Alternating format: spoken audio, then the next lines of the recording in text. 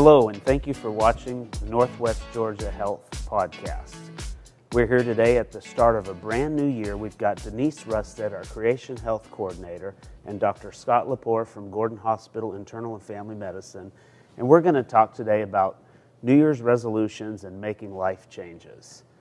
So Denise, would you tell me what's the significance of making resolutions at the start of the year? Well, first of all, the key point you just said is the start of the year. Everybody thinks that because it's a new year, they got to have a new me, and all of a sudden all these changes need to kick in and take place in their life, when in reality that's probably not long lasting and it's not going to make a difference. The idea is every new day should bring a new change into your life. So you wake up, I want to be a better person, I want to exercise more. Those are great goals, but we need to make them a little bit more practical and it's absolutely, and it's easy to fail with resolutions. So a new year gives us a clean slate, and so we know if we look at college campuses, we see in working out. So we see that people join gyms at the beginning of new terms, or when they come back. So there's a surge. So mentally, we have this idea. When there's a change in transition, and that can be a new year, it gives us a clean slate to start over and do something new. The problem can be this, is that if my goal this year is to get out of debt, well, I actually had that goal for the last 10 years. So what am I going to do besides desire to get out of debt to make that a reality? And so I think a lot of the times we lack that knowledge, or we lack the tools of how to do that. And that's setting short milestones and then short goals that I can achieve, and then actually honor and celebrate those successes along the way. And so we tend to overestimate what I can do in a day, and I tend to underestimate what I can do in a year. So if I realize that my goal may take a year, but along the way I'm going to celebrate short successes, I've set myself up to succeed, and it's going to be fun along the way. So otherwise, if I just have a desire to do a goal and I'm going to get out of debt, well, I'm doing nothing different than I have before. And I think if you want to look at an example, karate does belts, colored belts, to get their scouts do merit badges. A great program. So if you want to look at running, there's a Josh Clark did Couch to 5K. Right. And so many of us may have the desire to get off the couch and start running, but when he set up these achievable goals, and Denise had mentioned earlier, we talked about getting in relationships with people to help us achieve. having an accountability partner. Yeah, you have a community that's succeeding with you and they're being challenged with you. That breeds success, and then it's fun along the way. But it's something that I can actually see and do and accomplish rather than just an ambiguous goal, which is great, but there's no plan to how to get there. Now, you talked about accountability. Social media is so pervasive in most people's lives. I see people, as we are, now the first week of the year, people post, this year I'm going to lose 50 pounds, and they put it out there for everybody to see. Is that, that's an accountability. Is that effective?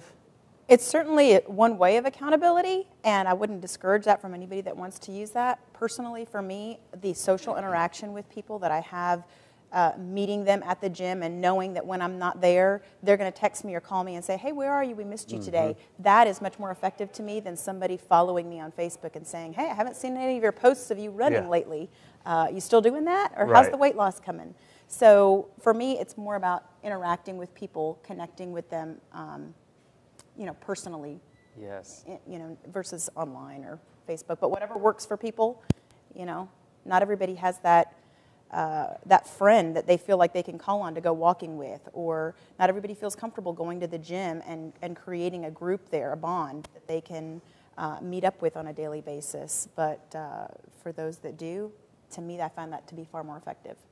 Now, you mentioned the book, the Couch to 5K book. There's not always a roadmap for achieving New Year's resolutions, but at Gordon Hospital and Adventist Health System, we have something called Creation Health.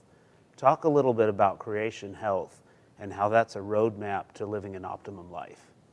So Creation Health, for those that don't know, is an acronym. Creation is an acronym for various choices we can make in our life for a healthy, fulfilled lifestyle. And basically it comes down to health and activity, community, sense of community, and spirituality.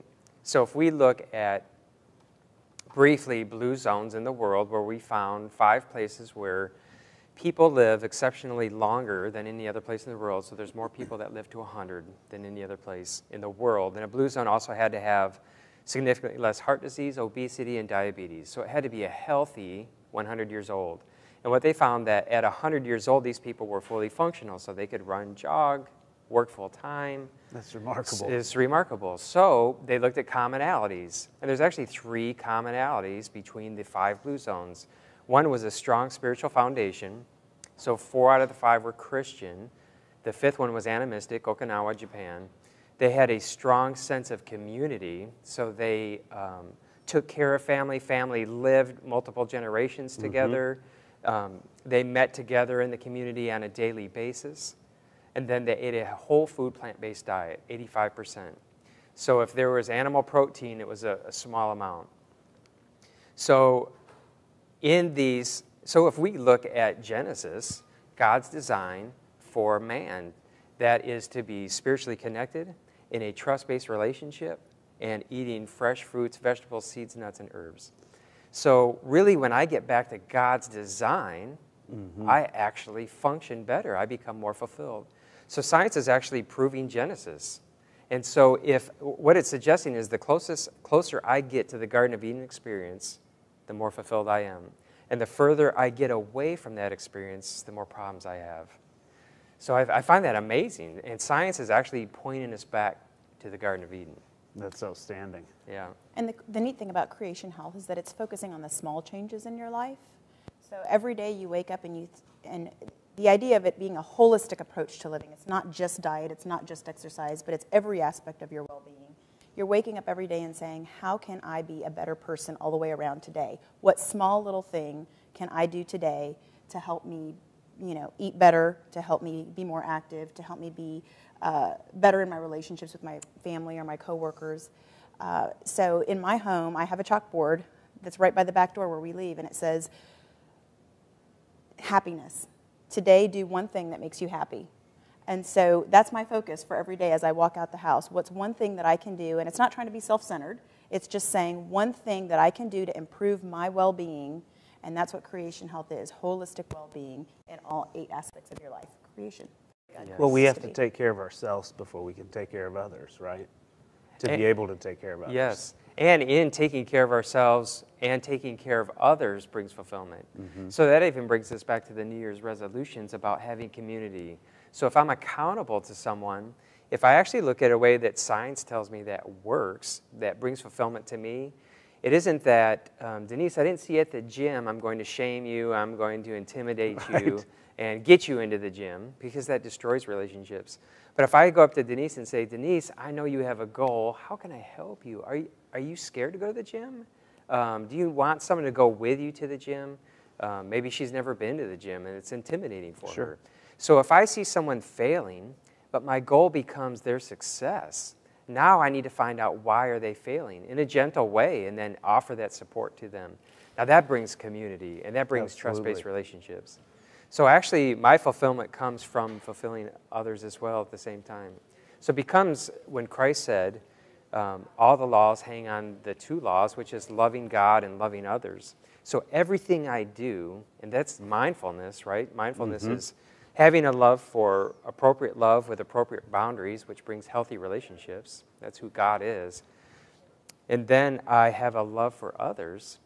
That's mindfulness. And everything I do in life, Christ says, all the commands hang on these 2 commands. So the more mindful I am, and everything I do brings fulfillment. So as we wrap this up, thank you both for coming, but just in case the viewers don't know, what is Creation Health? I'm going to put you on the spot. What is the Creation Health acronym? So Creation Health stands for the 8 wellness principles that we believe God gave us right from the beginning when He created us in the book of Genesis, like you said. So choice, the C stands for choice, the R is for rest, the E is for environment, the A is for our activity, the T is for our trust relationship with God, I is for interpersonal relationships, how we relate to one another, O is for our outlook, and N, of course, is for nutrition. Excellent. So that's the biblical roadmap to living an optimum Absolutely. life. And that's a good New Year's resolution to have. Absolutely, absolutely. Well, thank you both for coming. Thank you. And thank you for joining us with the Northwest Georgia Health podcast. We look forward to seeing you next time.